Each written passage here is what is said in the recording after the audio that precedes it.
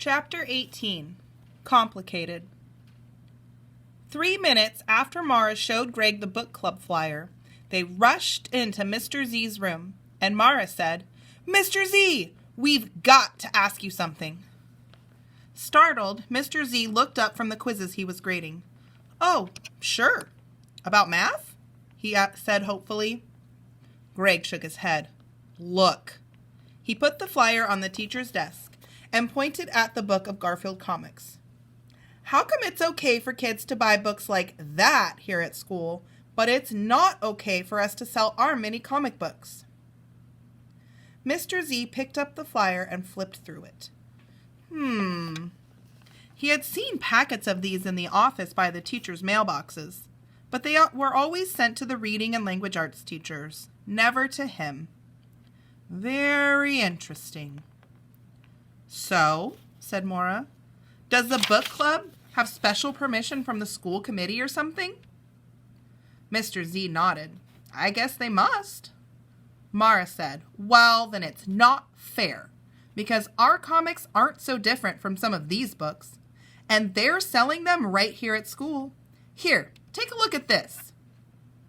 Mara had borrowed back her copy of The Lost Unicorn from Allison, and she handed it to Mr. Z.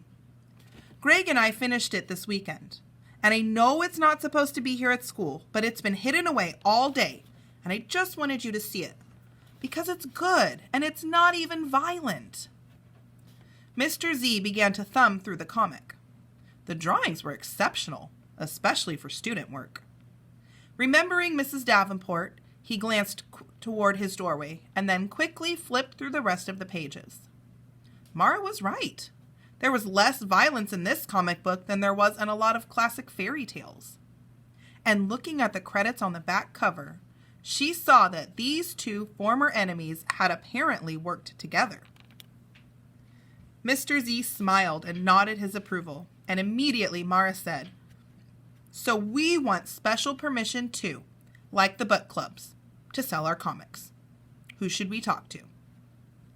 Mr. Z looked from Mara's face to Greg's. He could see there was no point in trying to talk them out of this.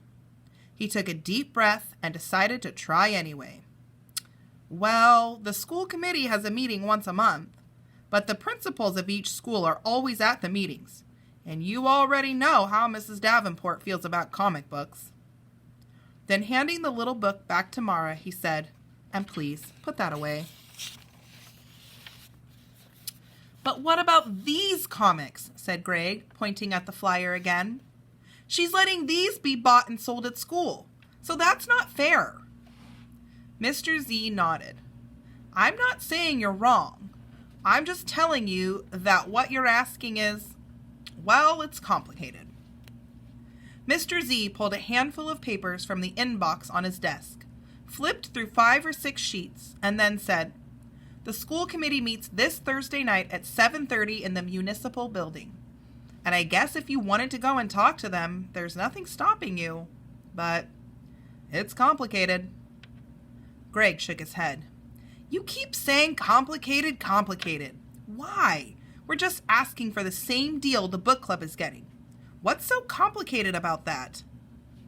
"Well," said Mr. Z, "for one thing, book clubs are big companies.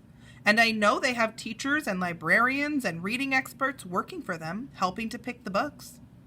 And on the back of the flyer here, it says that teachers get free books for their classrooms when they send in the order. So the book clubs help teachers. Plus, they're helping kids learn and getting them excited about reading and books.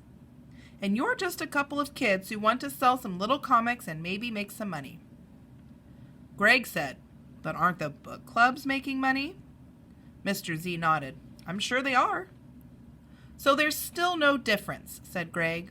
"And we can give away free copies of our comics to teachers too. That's not a problem." "Yeah," said Mara, and we'll even give some of our profits to the school library fund. 10% of our profits for buying new library books." "What?" said Greg.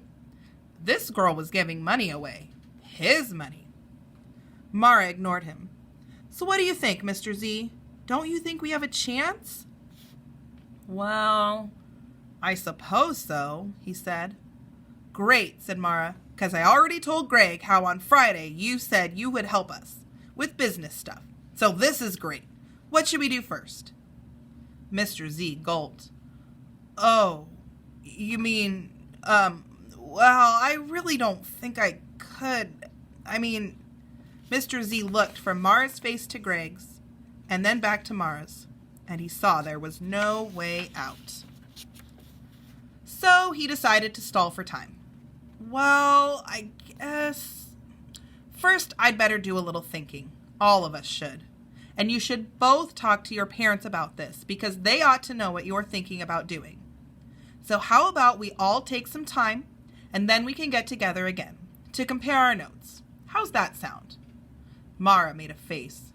It sounds slow, because the school committee meeting is Thursday night, so we have to meet again tomorrow, before school, like at 7:30.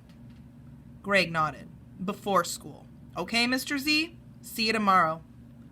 And both kids turned and rushed out, Greg to soccer practice and Mara to catch her bus. Sitting there at his desk, Mr. Z felt like he'd been run over by a couple of go-karts. He tried to remember what he'd been doing only 2 minutes earlier. Oh yes, grading quizzes. He picked up his red pen. But Mr. Z couldn't concentrate, and even the peace and quiet of room 27 didn't help.